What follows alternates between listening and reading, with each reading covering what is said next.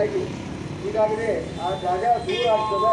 ಮೈಲೇಶ್ವರ ಬಳಿ ಗುರುತಿಸೋ ಜಾಗ ಇದರಿಂದ 4 ಕಿಲೋಮೀಟ್ರ್ ಒಳಗಡೆ 1 ಕಿಲೋಮೀಟ್ರ್ 5 ಕಿಲೋಮೀಟ್ರ್ ಹಾಕೊಂಡು AC ಸಾಹೇಬರು ಮನಗಂಡು ಆ ಜಾಗದ ಬಗ್ಗೆ ಅದನ್ನು ರದ್ದು ಮಾಡಿ ಐಡಿ ಮಾಡಬೇಕಂತ ಸ್ಪಷ್ಟವಾಗಿ ಒಂದು ನಿರ್ದೇಶನ ಕೊಟ್ಟಿದ್ದಾರೆ.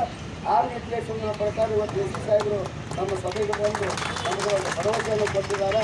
ಅದಕ್ಕೆ ನಾನು ಅಭಿನಂದನೆ ಹೇಳ್ತಾ ಒಂದೇ ಒಂದು ಮಾತು, ಈ ಹೋರಾಟ ಇಲ್ಲಿಗೆ ಅಂತ್ಯ ಆಗಿಲ್ಲ. ತಾತ್ಕಾಲಿಕವಾಗಿ AC ಸಾಹೇಬರು, DC ಸಾಹೇಬರು, ತಾಲೂಕು ಆಡಳಿತ, ಪೊಲೀಸ್ ಇಲಾಖೆ ನಮ್ಮೊಂದಿಗೆ ಸಹಕಾರ ಕೊಡ್ತಾರೆ. ಅವರ ಮಾತಿಗೆ ನಾವು ಇವತ್ತಿಗೆ ಕ್ಲೋಸ್ ಮಾಡೋಣ. ಒಂದು ವೇಳೆ ಇವತ್ತಿಲ್ಲ ನಾಳೆ ತಿಂಗಳು ಅಕಸ್ಮಾತ್ ಐಟಿ ಅದು ಸ್ವಲ್ಪ ಲೇಟ್ ಆಗ್ತಿತ್ತು, ಸರ್ಕಾರ ಲೆವೆಲ್ನೊಳಗೆ ನಾವು ಕಾಯ್ತೀವಿ. ನಾವು ಕಾಯಿ ಹೊತ್ತಿನೊಳಗೆ ಏನಾದರೂ ಒಂದು ಮತ್ತೆ ಅಲ್ಲೇ ಪ್ರಾರಂಭ ಮಾಡಲು ಸ್ಟಾರ್ಟ್ ಮಾಡಿದರೆ ಈ ಹೋರಾಟ ಮತ್ತೆ ಪ್ರಾರಂಭ ಆಗ್ತದೆ. ನಾನು ಎಲ್ಲ ಹೋರಾಟಗಾರರಿಗೆ ಹೇಳ್ತೀನಿ, ಇದು ಅಂತಲ್ಲ, ತಾತ್ಕಾಲಿಕ ಅಂತ. ಅದಾಗಲಿಲ್ಲ ಅಂದ್ರೆ ಇದು ಅಂತ್ಯ, ಇದು ವಿಸರ್ಜನೆ. ಈಗ ನಾವು ರಿಜಿಸ್ಟ್ರೇಷನ್ ಮಾಡಿಸಿಲ್ಲ, ಈಗ ಕಡ್ಡಾಯ ಇರ್ತಲ್ಲ, ಅಲ್ಲಿ ಆಯ್ತಿಲ್ಲೋ ಅವತ್ತಿನ ದಿವಸ ನಾವೇನು ಹೋರಾಟದೊಳಗೆ ಭಾಗವಹಿಸಿದ್ದಾರೆ ಅವರೆಲ್ಲರಿಗೆ ಸನ್ಮಾನ, ಸತ್ಕಾರ, ಅಭಿನಂದನಾ ಸಮಾರಂಭ ಇಟ್ಕೊತೀವಿ. ಅಲ್ಲಿವರೆಗೂ ಯಾವ ಸಮಾರಂಭ ಸನ್ಮಾನ ನಾವು ಮಾಡಲ್ಲ. ಮಾನ್ಯ ಮುಖ್ಯಮಂತ್ರಿಗಳಿಗೆ ಭೇಟಿಯಾಗಿ ಬರ್ತೀವಿ, ಸತೀಶ್ ಜಾರಕಿಹೊಳಿ PW ಸಾಹೇಬರಿಗೆ ಭೇಟಿಯಾಗಿ ಬರ್ತೀವಿ. ಖುಷಿಯಾಗಿ ಹೇಳಿದ್ದಾರೆ, ಸ್ವಲ್ಪ ಭೇಟಿಯಾಗಿ ನೀವು ಸರ್ಕಾರದಲ್ಲಿ ಮಾಡಿ ನಮ್ಮ ಪ್ರಸ್ತಾವನೆ 100 ಕೋಟಿ ಕೆಲಸ ಹಾಕುವಂತ ಭರವಸೆ ಕೊಟ್ಟಿದ್ದಾರೆ. ಆ ಪ್ರಕಾರ ಹೆಚ್ಚಿಗೆ ಕೊಟ್ಟಿದ್ದಾರೆ. ಅದಕ್ಕೆ ಅಧ್ಯಕ್ಷರ ಅಪ್ಪಣೆ ತಗೊಂಡು ಈ ಧರಣಿ ಸತ್ಯಾಗ್ರಹವನ್ನು ನಾವು ಇಲ್ಲಿಗೆ ಅಂತ್ಯಗೊಳಿಸ್ತೀವಿ. ದಯವಿಟ್ಟು ತಾಳಿಕೋಟಿ ಹಾಗೂ ಎಲ್ಲ ತಾಲೂಕಿನ ಜನರು, ಪೊಲೀಸ್ ಇಲಾಖೆ, ತಾಲೂಕಾಡಳಿತ ಮುಂದಿನ ಹೋರಾಟ ಮಾಡೋದು ದಯವಿಟ್ಟು ನಮ್ಮ ಜೊತೆಗೆ ಎಲ್ಲರಿಗೆ ತಮಗೆ ವಿನಂತಿಸಿ ಈ ಹೋರಾಟವನ್ನು ಇವತ್ತಿನ ದಿವಸ ಅಂತ್ಯಗೊಳಿಸ್ತೀವಿ. ಜೈ ಹಿಂದ್, ಜೈ ಕರ್ನಾಟಕ. ಪ್ರಜಾಸತ್ತೆಯ ಪರವಾಗಿ ಪ್ರತಿಭಟನೆಯನ್ನು ಹಮ್ಮಿಕೊಂಡಿದ್ದರು.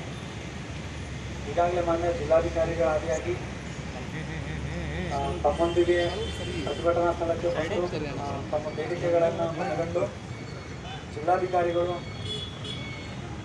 ಪ್ರಮುಖವಾಗಿ 2 ವಿಭಾಗಗಳಿಗೆ, ಅಂದರೆ ಒಂದು PW ವಿಭಾಗಕ್ಕೆ ಮತ್ತು ಇನ್ನೊಂದು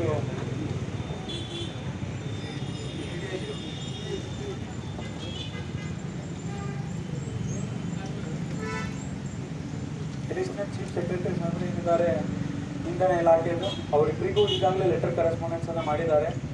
ತಮ್ಮ ಬೇಡಿಕೆಯಂತೆ 2 ಸ್ಥಳದ ವರದಿಯನ್ನು ಇಲ್ಲಿನ ತಹಸೀಲ್ದಾರ್ ಅವರಿಂದ ವರದಿಯನ್ನು ಪಡೆದುಕೊಂಡು ಈಗಾಗಲೇ ಪ್ರಸ್ತಾವನೆಯನ್ನು ಒಂದು KB ಜಾಗ 2 ಎಕರೆ 38 ಗುಂಟೆಗೆ, ಅದೇ ರೀತಿ PWD 4 ಎಕರೆ 22 ಗುಂಟೆಗೆ, ಅದರಲ್ಲಿ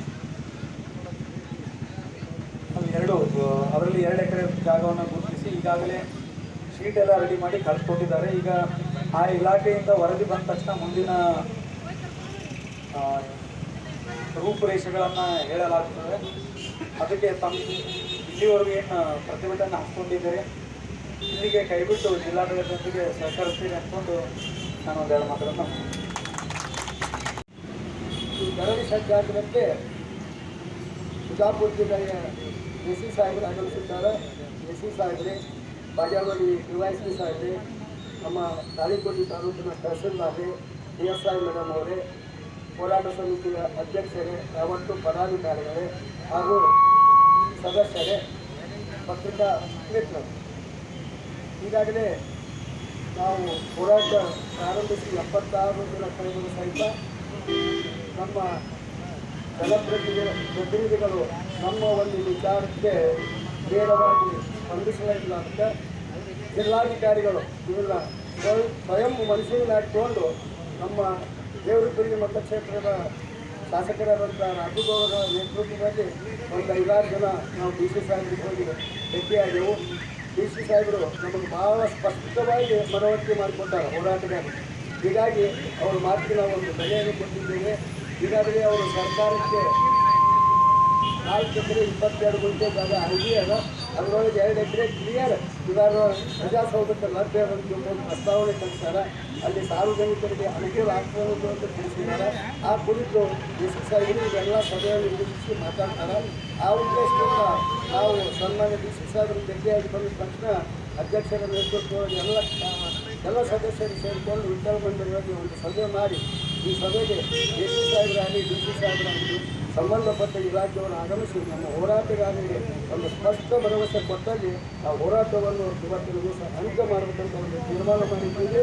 ಆ ಕುರಿತು ಡಿ ಸಿ ಸಾಹೇಬರು ಏನು ಸಂದೇಶ ಕೊಟ್ಟಿದ್ದಾರೆ ಆ ಸಂದೇಶವನ್ನು ಡಿ ಸಿ ಸಾಹೇಬರು ನಮ್ಮ ಮುಂದೆ ಸ್ಪಷ್ಟಪಡಿಸಿದ ನಂತರ ಇನ್ನೆರಡು ಮಾತು ಹೇಳಿ ನಾವು ಈ ಕಾರ್ಯಕ್ರಮ ಮುಗಿಸ್ತೀವಿ.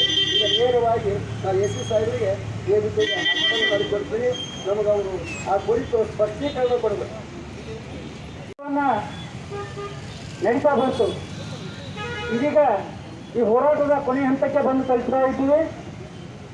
ಜಿಲ್ಲಾಧಿಕಾರಿಗಳು ಹಾಗೂ ಜಿಲ್ಲಾಡಳಿತ ನಮಗೊಂದು ಒಳ್ಳೆಯ ಸಂದೇಶವನ್ನು ಕೊಟ್ಟು ನಾವು ಸರ್ಕಾರಕ್ಕೆ ನೀವು ನಿಗದಿಪಡಿಸಿದಂಥ ಸರ್ಕಾರಿ ಜಾಗದಲ್ಲಿ ಈ ಪ್ರಜಾಸೌಧ ನಿರ್ಮಾಣದ ಸ್ಥಳವನ್ನು ಕುರಿತು ಸರ್ಕಾರಕ್ಕೆ ಪ್ರಸ್ತಾವನೆ ಸಲ್ಲಿಸಿದ್ದೀವಿ. ಅದಕ್ಕೆ ಈ ಹೋರಾಟವನ್ನು ಮುಂದುವರಿಸದಾಗಿ ಅಂತ ಹೇಳ್ತಾರೆ. ಎಲ್ಲ ಹೋರಾಟಗಾರರಿಗೆ ಮನವಿ ಮಾಡಿಕೊಂಡಾಗ ಎಲ್ಲ ಹಿರಿಯ ಹೋರಾಟಗಾರರು ವಿಚಾರ ಮಾಡಿದಾಗ ಅದಕ್ಕೆ ಈ ರಣಸ್ಥಳಕ್ಕೆ ಆಗಮಿಸಿದ್ದಾರೆ. ಅದಕ್ಕೆ ಪ್ರಾಸ್ತಾವಿಕವಾಗಿ ಈ ಧರಣಿ ಹೋರಾಟ ಸಮಿತಿಯ ಪ್ರಧಾನ ಕಾರ್ಯದರ್ಶಿ ಆದಂತಹ ಕಾಶಿನಾಥ್ ಮುರಾರನ್ನವರು ಈ ಹೋರಾಟದ ಕುರಿತು ಮಾತಾಡುವಂತ ಹೇಳ್ಬೇಕಂತ ಹೇಳಿ ಅವರನ್ನು ಕೇಳ್ತಾರೆ.